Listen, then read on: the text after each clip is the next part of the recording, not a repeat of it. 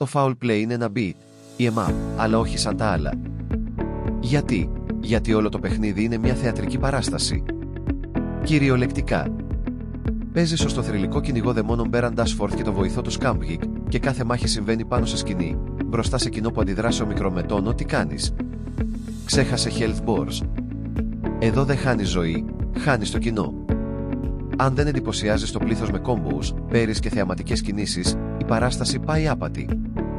Οι εχθροί αλλάζουν ανάλογα με το σκηνικό. Πειρατές, δαίμονες, τέρατα, όλα είναι ηθοποιοί με κοστούμια, και τα σκηνικά συνεχώς αλλάζουν με ξεκαρδιστικές θεατρικές μεταβάσεις.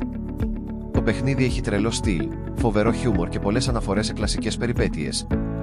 Το co-op είναι η καλύτερη εμπειρία, αφού όλο το concept λάμπει όταν παίζεις με φίλο και κυνηγάτε θεαματικά combos για να ανάψει η πλατεία.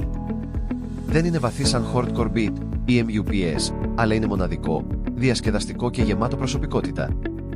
Αν θέλεις κάτι ελαφρύ, αστείο και stylish, το foul play είναι μια απολαυστική μικρή παράσταση που αξίζει το εισιτήριο.